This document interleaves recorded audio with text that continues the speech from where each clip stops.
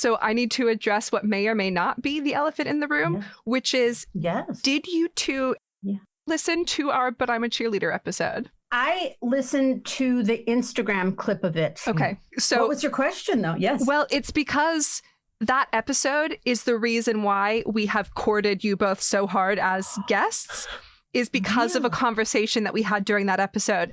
And while I think it's very funny, I think I would be slightly mortified if you listened to it. What? No, tell us. Nora brought up the Eddie's credit of hot gluer. Mm-hmm. Yes. Which from that moment on, I was like, well, I need to find out more about Eddie Schmidt. Yeah. So we were laughing about this. We were like, wow, like how much hot gluing was happening. This is crazy. What a fun credit. And Jack in the background, we were making a joke about like hot gluer. Is that like an attractive gluer? And then Jack in the background is Googling you. And he's like, guys, Eddie Schmidt, Academy Award nominee. I think I'm also like, guys, he's a pretty hot gluer. But really, it was nothing about my looks. It was literally that I was using a hot glue gun. That makes more sense. But the best thing when it was, the anniversary and Vanity Fair did the article, that he was the one who got a hyperlink. He got a hyperlink to his IMDb credit. Like, I don't think anybody else got a hyperlink. I did not, but he got one. And it's only, I think, because I am the sole hot gluer in all of cinema history, at least credited all of history that way. I mean, that was it, because I think that's what obviously made it stand out to us. We'd never seen such a thing. They asked me, did I want to thank you? Yeah, Jamie asked you what you wanted in the credit. And I said, no, I want to be credited for my work, because I had glued all those plastic flowers to the bathroom wall. And it's beautiful. It's good fucking work. That film looks phenomenal. And I think, well, the visionary is sitting right next to me. God knows we can't live without that hot glue. We can't. We cannot. But we spun this whole story of, oh my God, so he's married to Rachel Kamerman, who's the production designer. They got married in it was like early 2000s, where maybe they met on the movie. Do you think it was a hot glue related meet cute? We spun this whole story. We were so excited. He came to visit me, and there was no time to socialize. So if you want to see me, you have to be in the bathroom and doing something. Drafted into service. Yeah. Oh, but that would have been a very good meet cute. So we wanted to ask, what is your actual meet cute? It's even better. It's so much better. Do you want to tell it? Well, yeah, I mean, it's interesting because it's sort of a romantic comedy trope, right? It's we were neighbors in Hollywood. And so it's that classic trope of like the person you're supposed to be with is actually right under your nose all this time. That story. So. Oh, that's it? No, I'm saying I was just setting up the cliche. I was going to let you tell the actual story. So it was in Hollywood, like once upon a time in Hollywood. It was a U-shaped building with a courtyard, and I love gardening and would garden at night because I was working in the day. So I was kind of like Morticia Addams out at night. We'd been in I was in a relationship. I had worked on location on a feature in Texas, and then that relationship ended. And I think, long story short, I got new drapes, and then I could look into his apartment, and all of a sudden I thought like, oh, he looks like he's got like an interesting setup, and he has like a poster from New Line, and I know someone's uncle that worked at New Line, and it ended up being his old boss. So we chatted a bit, and then one day your mail ended up in my mailbox, and I touched it, and I felt like literally like a spell was cast on me. And I remember telling my neighbor below me, like, oh shit, this is really bad. I think I have a crush on Eddie. I didn't know what to do. So, well, I was going to say, luckily, apparently, I guess the actor Tim Roth used to live in my apartment. So sometimes I accidentally got like his invites to variety, parties or something for Tim Roth. So luckily she didn't. And you felt like you had like, I've got a crush on Tim Roth. Yeah. Then it was a weird triangle.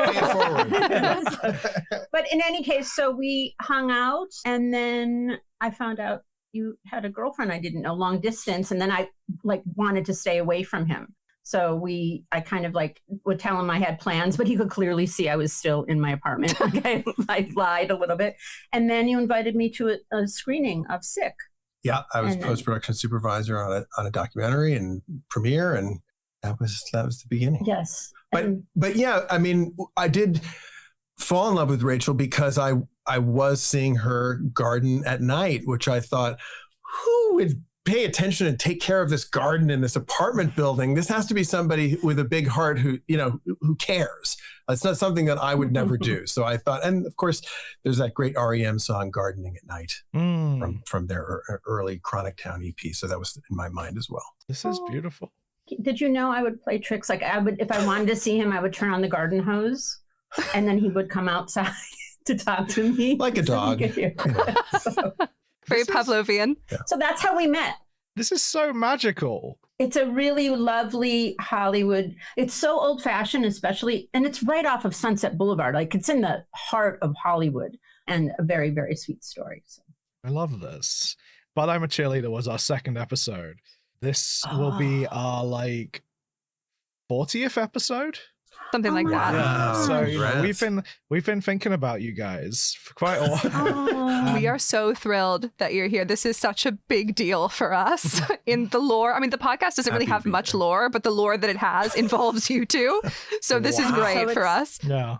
I'm a huge rom-com fan, both in film and especially in books now, which I know is not what you talk about, but like a kind of obsessed with the rom-com. This You're year, in the right place. Especially. Yeah, I know. We're glad to have you. So our guest on our But I'm a Cheerleader episode, our friend Faye, she wanted to come on the episode. She was like, get the hot gluer on, bring me back. And I was like, I'm so sorry. We can't have 5 people on an episode. And we really want Rachel there. So I'm sorry, Faye, you're fired in place of Rachel. And so I asked her to submit a question. I was like, is there anything you want us to ask them? Hello and greetings from my friend's wedding in Milan. I wanted to drop a little note to Eddie with a question of what's some advice you have for aspiring hot gluers out there around the world? Oh, yeah. Well, sure. I mean, I would say don't burn yourself with the glue. Don't drip too much. Be careful with the drippage, because it's going to get on, like I was doing those flowers. They're going to get on the other flowers if I wasn't careful. I'd say life advice, be careful with drippage. Yeah, there you go. Yeah. Generally. It's good. Yeah. Do you have any advice? Specifically? No, but I mean, you're looking at this from the top down. Wow. I'm just a cog in the wheel. It's funny. I'm trying to even think from a union perspective, is that under my prop makers or paint, like scenics? Literally, who's the jurisdiction from a union perspective to do the job? Because clearly it's not a PA, it's not anyone. It would have to be an official gig. But one thing that's important is, there's different sizes of the inserts that go into the glue gun. And if you do not have the right size for the right glue gun and an extension cord, it's not going to work. Yeah. And in case anybody wants to know why I put flowers in the bathroom, but I'm a Cheerleader, it was in the 70s, there were a lot of female hygiene commercials and they were always running through fields of daisies. And so that was my callback to feminine, traditional feminine hygiene. And so I love that. I like that. Hence the white daisies. So there's your backstory to why glue was even used. I feel like we should say Faye is a terrific costumer, but I've always said she could use more hot glue. Yeah, she could use more hot gluing experience, Who can't? And Rachel, I just want to say thank you for all the work you've done, the representation you gave, especially to the queer community on your work with But I'm a Cheerleader. I hope it continues to be a cult classic for years to come. Thank you. Jamie Babbitt tells this story whenever we do kind of Q&As and things like that. And that she asked me and I originally said no. Dodie Dorn, actually, that same editor, is the one who told Jamie about me. And I said no because I was a very dedicated art director at the time. And then we were at the Laemmle Theater and I had an epiphany of wait, why am I saying no? This movie is going to be really epic. I just feel like this movie's, I don't think anyone realized how epic it would be, that it has even more staying power now is just amazing to me. And being at screenings where 25, 26 years later, there's a whole new fan base to the movie. So it was such a great privilege to be part of that story.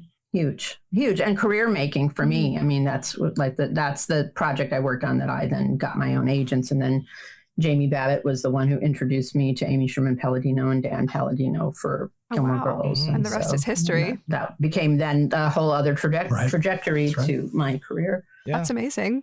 To echo what Faye said, I'm so thankful for that movie because, as I say in the episode, it basically taught me that, like, as a probably like 10-year-old boy when I was watching it, renting it, because I'm like, oh, it's about a lesbian camp. That sounds funny. And then I watch it and I'm like, oh, wow, these are real people with like real things. And it taught me so much about like that world. And I think that like, I feel like every 10-year-old boy should sit down and watch But I'm a Cheerleader.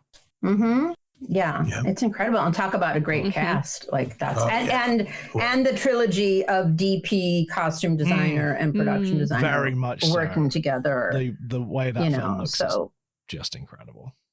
Once again, you guys, what a fucking delight.